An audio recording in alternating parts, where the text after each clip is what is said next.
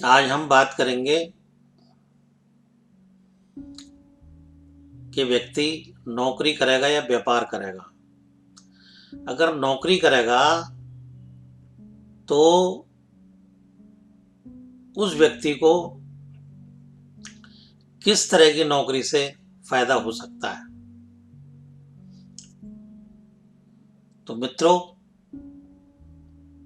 छठा भाव हमारा सेवा का है। छठे भाव से हम नौकरी देखते हैं और सातवें घर से हम व्यापार देखते हैं।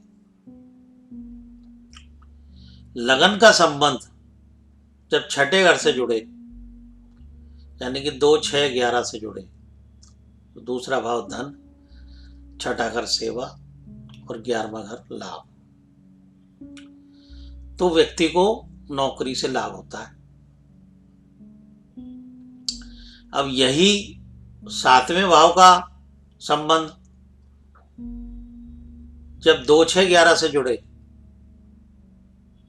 तो व्यक्ति व्यापार करता है। लेकिन इस संबंध में लगन का भी संबंध होना चाहिए। लगन का संबंध यानी कि जब 2, 7, 10, 11 से संबंध करे तो व्यक्ति व्यापारी होता है, व्यापार करता है। लेकिन इसके साथ साथ व्यापार के लिए कुंडली में बुध ग्रह का भी अध्ययन होना चाहिए। अगर कुंडली में बुध ग्रह अच्छा है तो जातक अच्छा व्यापारी बनेगा। इसके अलावा ज्योतिष में एक महत्वपूर्ण सूत्र और है जो मैं आपको बताने जा रहा हूं। ध्यान दें कि कोई भी ग्रह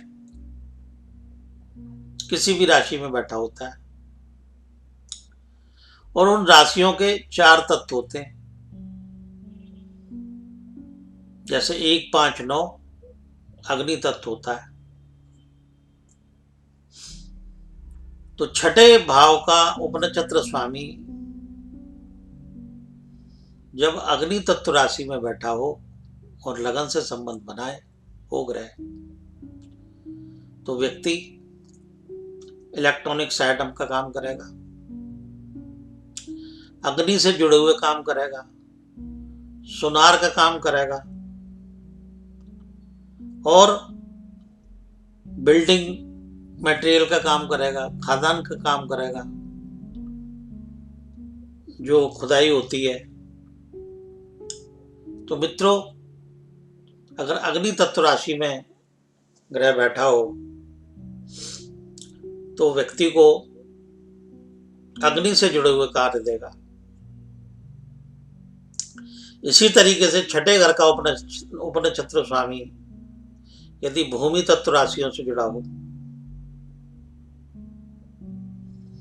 अब भूमि तत्व राशियां कौन सी हैं? भूमि तत्व राशियां हैं वृषभ, कन्या और मकर। ये राशियां हो और इनमें ग्रह यदि बताए कि ये नौकरी करेगा या व्यापार करेगा, तो ऐसी स्थिति में वास्तु का काम, प्रॉपर्टी डीलिंग का काम, बिल्डर का काम, भूमि खरीद फरोख्त का काम, सीमेंट का काम, एग्रीकल्चर का काम, सरिया का काम, ऐसे कार्यों में उसको सफलता मिलती है। मित्रों, इसी तरीके से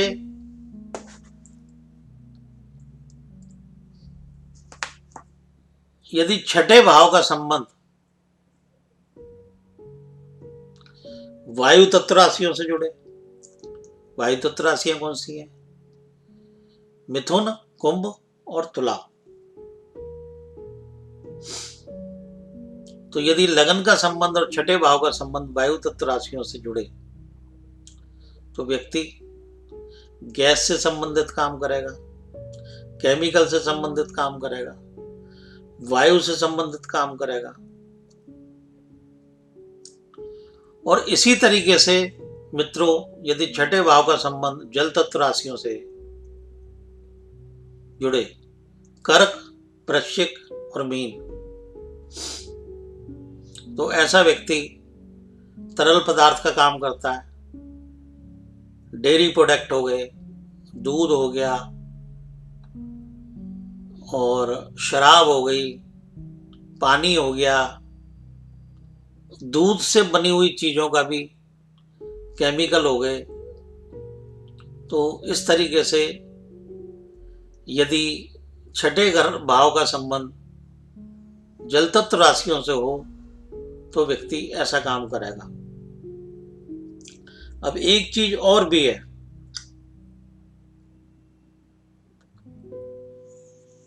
कि ये तो हो गई एक बात।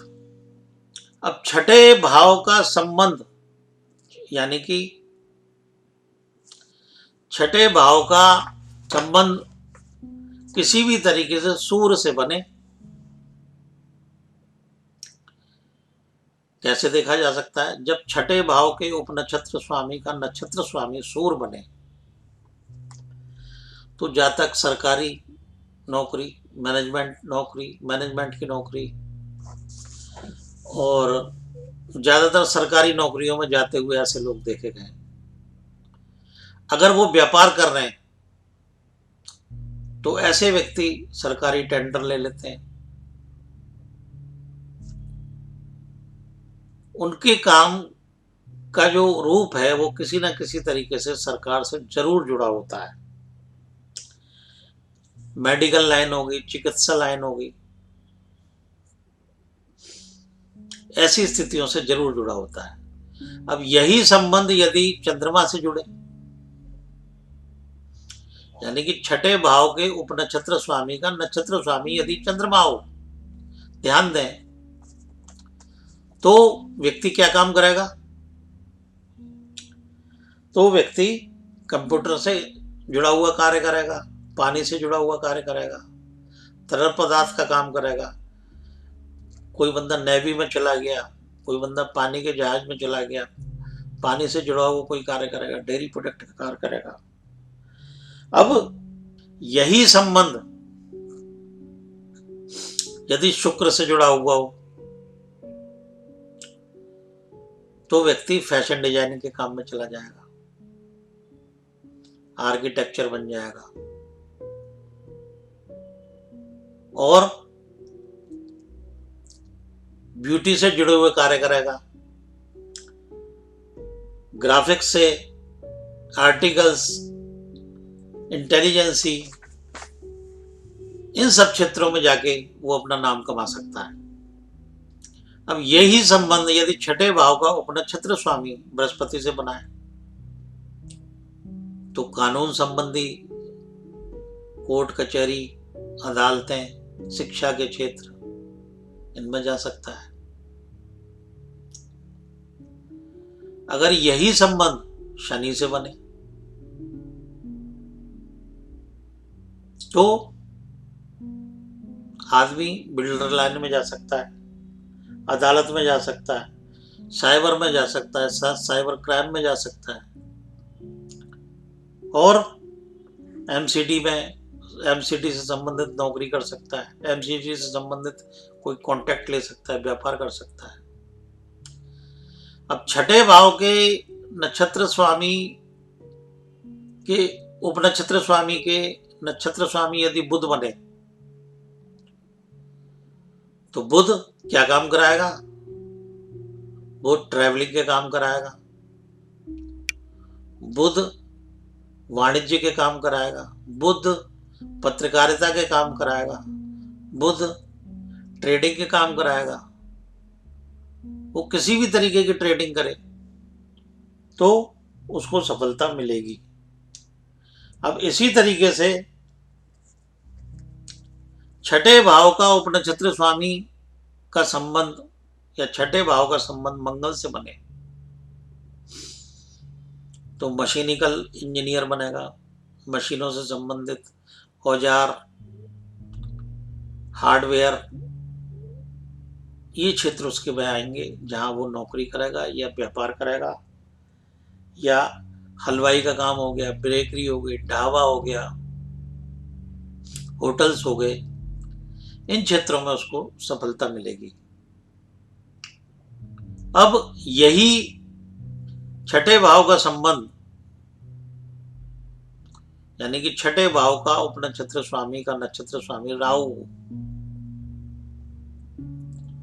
तो जुए सट्टे से फायदा होगा, दवाइयों के काम से फायदा होगा, डुप्लीकेसी से फायदा होगा, नकल से फायदा होगा, दांतों का डॉक्टर, कोल्ड ड्रिंक्स की एजेंसी, साबुन की एजेंसी, सर्फ की एजेंसी, इस तरीके के क्षेत्रों में यदि ऐसा व्यक्ति नौकरी करे या व्यापार करे तो उसको निश्चित रूप से फायदा होगा। अगर यही छठे भाव का संबंध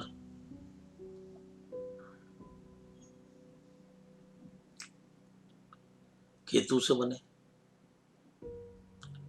छठे भाव के उपनक्षत्र स्वामी का नक्षत्र स्वामी केतु हो,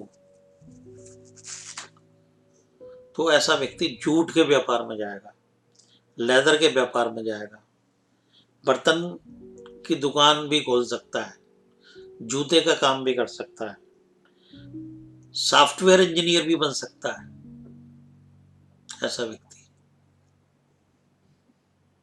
ऐसा व्यक्ति जो भी करेगा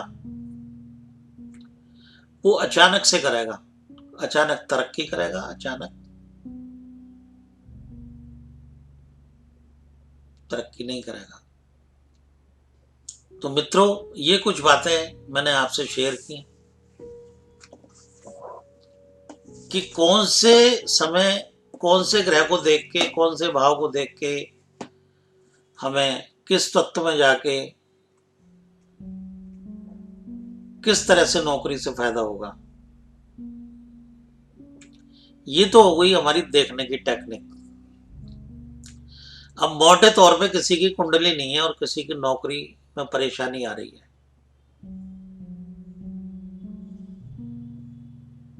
छठा भाव सेवा का होता है, छठा भाव उड़ने वाले पशु पक्षियों का भी होता है,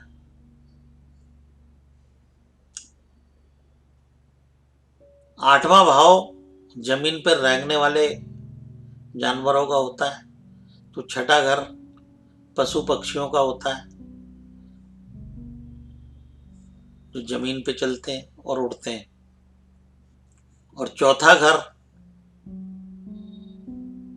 जो जल में जीव जंतु रहते हैं, जैसे मछलियां हो गई, कछुए हो गए, उनका होता है। तो जब किसी की नौकरी में गड़बड़ आती हो, परेशानी रहती हो, दिक्कतें रहती हो, तो ऐसे व्यक्तियों को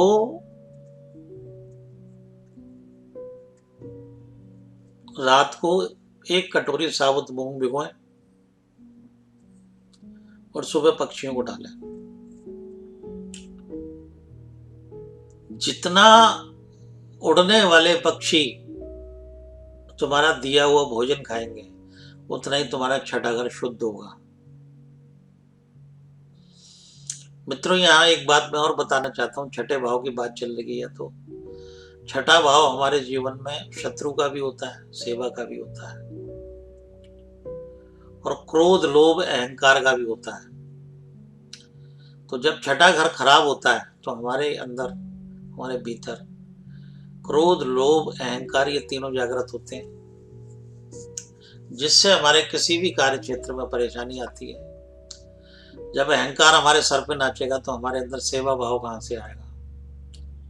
तो सबसे पहले हम अपने भीतर सेवा भाव पैदा करें, सेवा भाव पैदा होगा तो हमें उसका मेहनताना भी मिलेगा, उसका फल भी मिलेगा। तो मित्रों, ध्यान दें, जिन व्यक्तियों के नौकरी काम धंधे में परेशानी आती हो, ऐसे व्यक्ति रात को मूंग भिगोएं, काले चने भिगोएं, ये उड़ने वाले पक्षियों को खिलाएं। मित्रों, अगर सवा महीना ऐसा कर लिया तो जिस व्यक्ति की नौकरी और काम धंधे में परेशानी आ रही है उसको उससे निजात मिलेगी और उसे अच्छा फल मिलेगा। इन्हीं शब्दों के साथ मित्रों, नमस्कार, धन्यवाद।